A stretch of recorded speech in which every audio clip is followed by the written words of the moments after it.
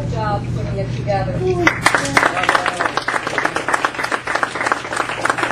Without his organizational and managerial skills, we wouldn't have had that forum. Our time was packed and very efficiently used.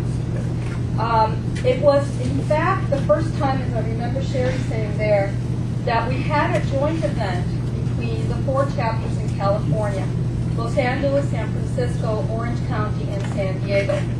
And so Eli spent a lot of time before the forum sending us material so we would be very well educated on many things. And he also coordinated the 4 chapters, the keynote speakers, the panels, and the lobbying sessions, which we all went to. I'd like to briefly talk about the program we went through, and then I want to talk about the results as I see them for AJC. We had 2 excellent keynote speakers who spoke on Sunday evening.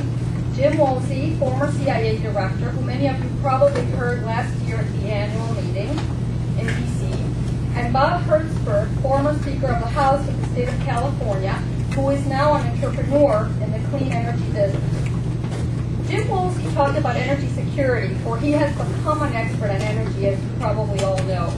And I hope I do justice to his presentation in the few minutes that I will talk a little bit about what he said.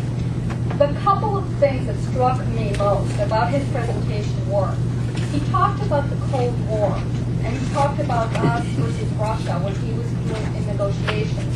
And one of his points was that when we were in the Cold War, we had an enemy that had a dying ideology, or an ideology that was already dead, in communism. And it was relatively easy to negotiate. I'll show you X if you show me Y. It was a game. It was one country, one geopolitical contest. Today, we are dealing with, as Jim says, a live ideology and people, the Muslim fundamentalists, who don't care to die for their living ideology, which is so ironic. And therefore, he talks about it being a very different world in terms of energy security. He also mentioned, and I thought this was another interesting point, that Sheikh Kabani, who is the head of the Sufis, and it says that 80% of the mosques are controlled by Saudi Arabia, and that the Saudis, furthermore, control about 90% of the Muslim institutions. So that means that our $1 billion a day at $100 a barrel of oil is going mostly to the Saudis, and it's coming back with weapons and missiles to us. So Jim talks about, yes, our need to get off of oil, which we've already heard, and he has a big push, no plug intended, to plug in hybrids, which Eli has arranged for us to see later on a sample of. He also talks about investing in cellulosic ethanol, and he also talks about modernizing our electric grid so that we can accommodate, hopefully, many plug-in hybrids. Now, Bob Hertzberg was also excellent. He helped us, giving us information and tips on how to lobby the next day when we were in our lobbying sessions. And he also gave us a taste of what it is to be an entrepreneur today in the green business. And so what I thought of what he said was excellent because it gave me a perspective from the private sector and from the public sector all rolled into one, which I thought was a very useful thing to have for us in an NGO.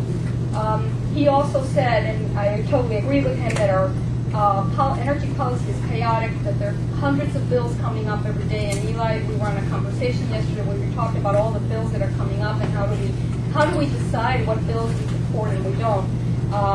And of course, that's contradictory to having a sustainable and successful long-term energy policy, both statewide and nationwide. So that was another point that he made, and I'm not being fair to them because I don't have enough time, and of course I would never be able to say what they said in the same way they said it, with all their experience and their knowledge. The next day, which was Monday the 3rd, was very packed. We had 2 extraordinary panels that were composed from the state level, that were composed of, for example, the executive director of the California Transportation Commission, the vice chair of the California Energy Commission, and they gave us the current thinking of energy and environment in California. And again, it's very hard for me to summarize and put into words everything that happened there, so I'm just giving you a brief taste of what we did.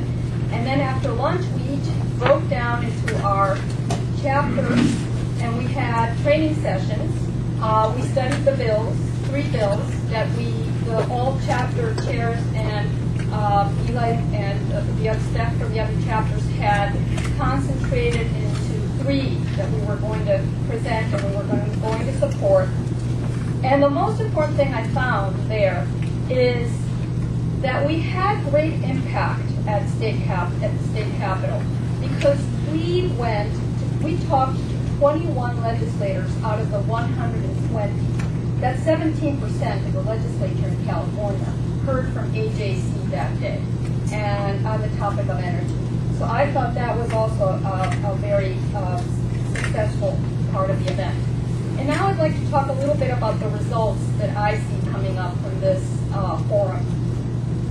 I think there are 3 key results. One is that, as I said earlier, we established a presence of AJC at the state capitol.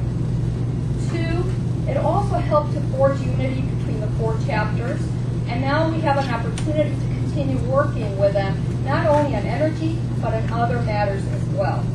And finally, I think this weekend, this day and a half, set a blueprint for future legislative trips to Sacramento to deal with areas other than energy security.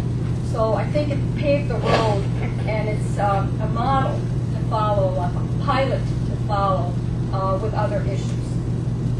Several months ago, Eli and I concluded that one of the primary objectives of the Energy Security Task Force this year was to get closer to the state government, to add legislators to our list of local legislators and officials. And Eli, in his remarks in Sacramento, said that when he joined AJC, he always wanted to go to Sacramento. And so I believe that this objective was fulfilled this year. This objective that Eli and myself set for our task force was fulfilled. And now it leaves us with a great deal of follow-up work and plans for next year. And the question I have for all of you here, because I consider always things to be a team effort, is if anybody has any ideas, any feedback on how they think we should move ahead, we need to go to another level or a next level of action, activity, and we need to talk the talk as we have done on a continuous basis this year. So I welcome comments, suggestions, and I look tremendously forward to the next